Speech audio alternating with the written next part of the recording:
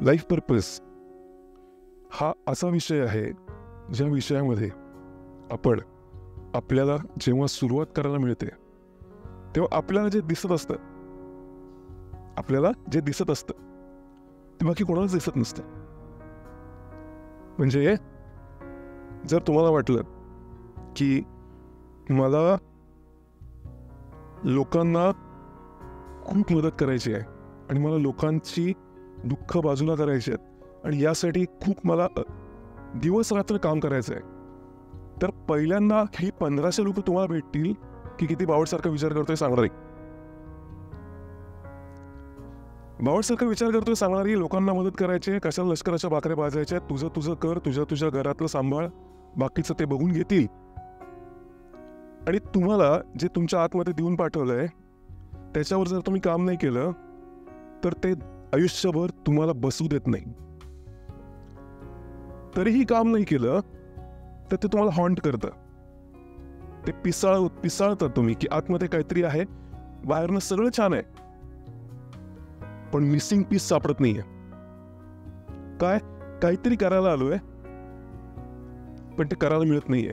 आणि करायला मिळत का नाहीये, मी जर ते केलं तर मी जे बघतोय ते इतरांना दिसतच नसल्यामुळे त्यांचा सपोर्ट मिळत नाहीये. जेव्हा की त्यांचा सपोर्ट आपण करतच नाही.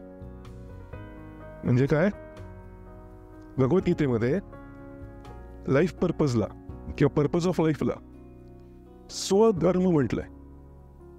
स्वधर्म म्हणजे काय, तुम्ही जन्माला येताना अर्जुनाला तो सांगतोय कृष्ण की तू क्षत्रिय म्हणून जन्माला आलास.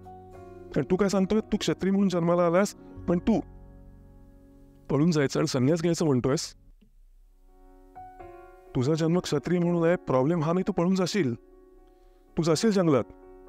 6 महिने तुला वाटेल वा काय छान ब्राह्मणासारखं जीवन जगलो. ब्राह्मण म्हणजे ते 4 वर्ण आहेत ना, जातीबद्दल नाही बोलत आहे. 4 वर्ण आहेत. कुठले आहेत?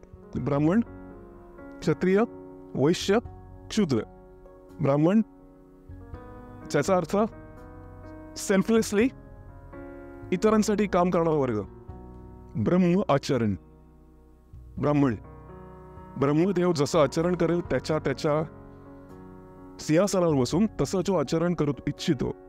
ब्रह्मदेव काय करतो, create, make them empowered and work for them. क्षत्रिय म्हणजे काय, जे हे काम चालू आहे त्यांचं प्रोटेक्शन.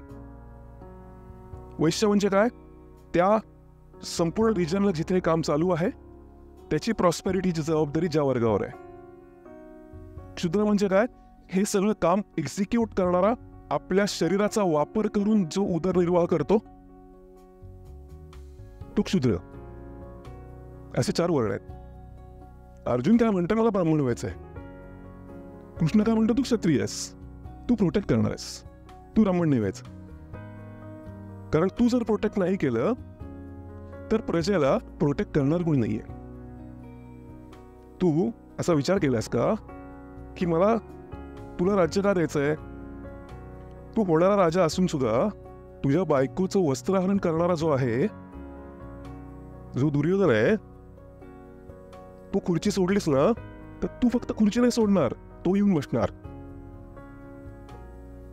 आणि तो जर येऊन बसला तर तो कशा प्रकारचं राज्य करेल?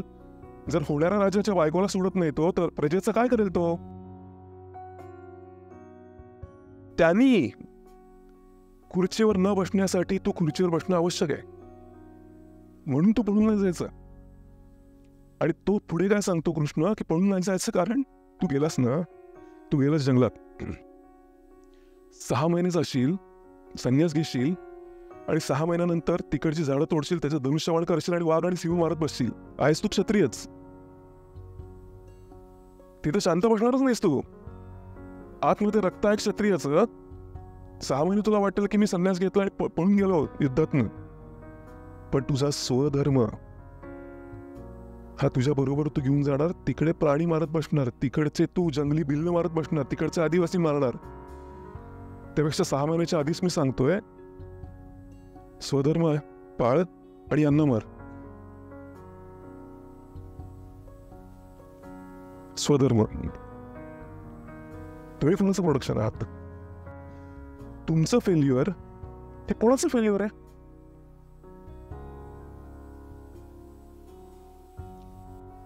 त्याची ब्रँडची काळजी नाही का त्याला? तुम्ही जर फेल झाला तर त्याच्या ब्रँडची त्याला काळजी नाही का ज्याने तुम्हाला बनवलंय?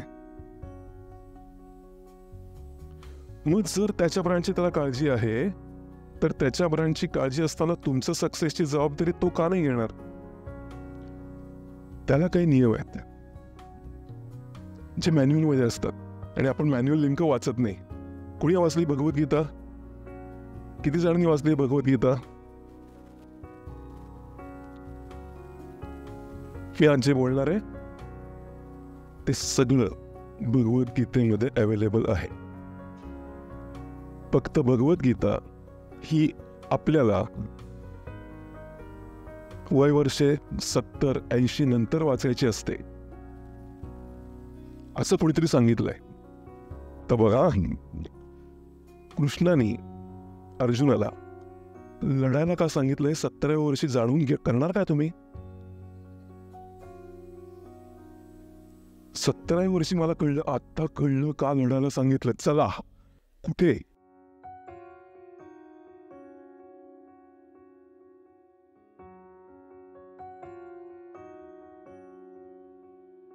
भगवद्गीता ही वाचायला यायला लागल्यावर वाचायची गोष्ट आहे.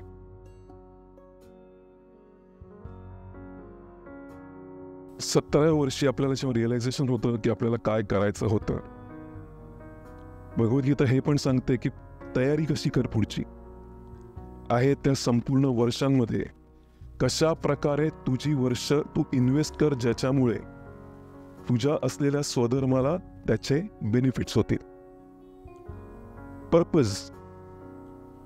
पर्पज म्हणजे एखाद्या गोष्टीला क्रिएट करण्यासाठी त्याच्या मागचा केलेला विचार. म्हणजे ही जर खुर्ची आहे, खुर्ची दिसते, ही जर खुर्ची आहे, मी जर या खुर्चीवरती जेवायला बसलो, जेवायला बसू शकतो का? म्हणजे मी जर या खुर्चीवरती इथे ताट ठेवलं, ही खुर्ची आहे, या खुर्चीवरती इथे ताट ठेवलं, बसू शकतो, जेवू शकतो. मी या खुर्चीवरती इथे अभ्यास करण्यासाठी वही ठेवली, लिहू शकतो, लिहू शकतो. मी या खुर्चीवरती कपडे वाळत टाकले, टाकू शकतो, टाकू शकतो. पण मग कपडे वाळत टाकल्यानंतर, असं अभ्यास करायला लागल्यानंतर, जेवायला बसल्यानंतर मला असं कळणार की मी जेवायला बसलोय पण मला समोरचं दिसत नाही, मला समोरचा काय म्हणतो कळत नाही, माझी उंची नीट पुरत नाहीये, मी ज्याच्यावरती ताट ठेवलंय मला वाटी ठेवताच येत नाही, जागाच नाहीये, कारण या खुर्चीचा तो पर्पज नाही. टेबलचा आहे, टेबलचा तो पर्पज आहे. त्यामुळे टेबलवर बसायला बसू शकतो, कम्फर्ट झिरो. पण आपण काय होतं, मी टेबलवर बसणार आणि टेबलकडे बघूनच मोठं मोडणार, तुला जमतच नाही मला बसून द्यायला, तुला कळतच नाही मला तुझ्यावर बसायचंय, तो त्याचा बेस्ट यूज नाही. आणि एखाद्या गोष्टीचा जेव्हा ॲबनॉर्मल यूज केला जातो त्याला अब्यूज म्हणतात. एखाद्या गोष्टीचा ॲबनॉर्मल यूज केला जातो. ॲबनॉर्मल यूज म्हणजे काय? समजा मी माझा आयफोन हा पाठ खाजायला वापरला आणि मी प्लेनमध्ये मला ॲपलचा CEO भेटला आणि त्याच्याकडे तक्रार केली, जरा एजेस शार्प करा, खाजवली जात नाहीये पाठ. ही काय पद्धत आहे मोबाईल बनवायची? लाज वाटली पाहिजे तुम्हाला. तो काय म्हणून सॉरी. तुमचा क्रिएटर तुम्ही ज्याच्यासाठी बनवलाय त्याच्या व्यतिरिक्त काही तुम्ही करायला गेलात तर त्याची जबाबदारी नाही बरं का. तुमच्या क्रिएटरची जबाबदारी नाही. जर तुम्हाला ज्या लेनमध्ये पळायला सांगितले त्या व्यतिरिक्त लेनमध्ये पळायला लागलात तर आणि 90% जनता वेगळ्या लेनमध्ये पळतीये. का? त्या लेनमध्ये स्कोप दिसतो. स्कोप आपल्यात असतो, फील्डमध्ये नाही.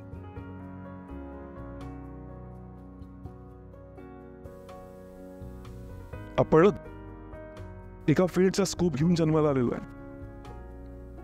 हा जेव्हा जन्म झाला ना तेव्हा तर फील्ड अस्तित्वात पण नसू शकतं. By the time you start working. मी जेव्हा लहान होतो आणि मला जेव्हा कळायला लागलं की मला माणसं बघून समजतं की हा माणूस पुढे जाऊन काय करणार आहे, मला असे साधारण महिन्यामध्ये 50 असे जण दिसायचे ज्यांचं करिअरच क्रिकेट आहे. ज्यांचं करिअरच क्रिकेट आहे, क्रिकेट. तर मी त्यांच्या आईबाबांना भेटून सांगायचो की तुमच्या मुलाला नेहरू स्टेडियमला पाठवा, तिथे तो पुढे जाऊन क्रिकेटर होणार आहे. तर मला ते सांगायचंय. सगळ्या भारतातलं 11 जण निवडली जातात. तुमचं काय म्हणणं? नेहरू स्टेडियमला जी 5,000 जण असतात त्याच्यातनं माझा मुलगा 11 मधला निवडला जाईल. आता बघा हा एरा कुठला होता? हा एरा होता 96-97. मी ज्याच्याबद्दल सांगतो की तुम्ही पुढे जाऊन क्रिकेट खेळणार आहे, तो एरा कुठला आहे? 2005-2006, जेव्हा लीग सुरू झाल्या होत्या. आता प्रत्येक शहराच्या टीम्स आहेत. त्यांनी जो क्रिकेटर आहे, जो क्रिकेट खेळणार आहे पुढे जाऊन, त्यांनी लायब्ररीचा कोर्स करून लायब्ररीत जर बसला असेल तो डिप्रेशन मध्ये जाणारच. का? कारण जी एनर्जी आत घातली आहे ती रोज प्रोड्यूस होणारच. तुम्ही वापरा तर नाही तर नका वापरू. एक साधी गोष्ट आहे. आता ह्या मोनिका एक मिनिट उभी राहतेस. मोनिका रस्त्यातनं चालली आहे. तिला समोर एक मुलगा आला आणि तिला धक्का मारला जोरात. तिला आला राग. ह्याला एक म्हणजे कॉन्फिडन्स असं काही कळत नाही. आई वडिलांनी शिकवलं नाही का याला, असं मग चिडली काय ती, पण मारलंच नाही. प्रॉब्लेम काय होतो ना, डोक्यातनं एनर्जी हाताकडे प्रोव्हाइड केली गेली आहे. आता रात्री कोपरा दुखणार का? परत नाही बोलवत आहेत. एनर्जी परत नाही बोलवत आहे. एनर्जी अलोकेट केली आहे, आता वापर. आयदर त्याला कानफडत मार नाही तर दगडावर हात मार. दोन्ही एकच. कळते मी काय म्हणतोय? तशी energy, thank you very much Monika, तशी एनर्जी तुम्हाला देऊन पाठवलंय. तुम्हाला क्रिकेटसाठी लागणारी एनर्जी पाठवली आहे. तुम्हाला वाटतं तुम्ही लायब्ररीन बनावं ज्याच्यामध्ये फिजिकल इन्व्हॉल्वमेंट शून्य आहे. तुमचं करिअरच फिजिकल इन्व्हॉल्वमेंट करून तुम्ही घडवणार आहात. आता फिजिकल इन्व्हॉल्वमेंट करून करणाऱ्या करिअरची एनर्जी रोज रात्री तुमच्याकडे येते आणि तुम्ही म्हणता तुम्हाला झोप येत नाही. एनर्जी कन्झ्युम नाही केली म्हणून झोप येत नाही.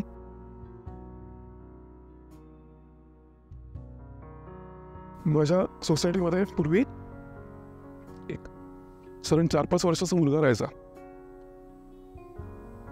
तो खेळायला गेला ना की त्याची आवड काय, प्रत्येक मुलाला घ्यायचं आणि उचलायचं. तर त्या सगळ्यांचे आई वडील एकदा आले त्या आई वडिलांकडे, या मुलाच्या आई वडिलांकडे, की तो सगळ्यांना उचलतो. त्याचं वय पण नाही आहे, पण काही ते पाडलं नाहीये, पण तो सगळ्यांना उचलतो ही तक्रार आहे. तर ते ओरडले, असं का करतोस वगैरे. मग त्यांनी नवीन एक क्लुप्ती लढवली. त्यांनी काय केलं, एक अशी वॉल होती आणि या वॉलला एक असं गेट होतं. ते गेट असं ओढायचं आणि बंद व्हायचं. त्यानंतर त्याने काय केलं, दोरा आणायचा आणि इथं कोंबायचा आणि त्याला असं गेट लावायचा तो. मग ते पुरं तिकडनं 7-8 पोरं तिकडनं ढकलणार नाही, हा एकटा इकडनं. जर त्याचा लाईफ पर्पज रेसलिंग म्हणून असेल ना, तर रेसलिंगची ताकद तो रेसलर झाल्यावर नाही मिळत, जन्मापासून दिली जाते. ओळखायला लागते.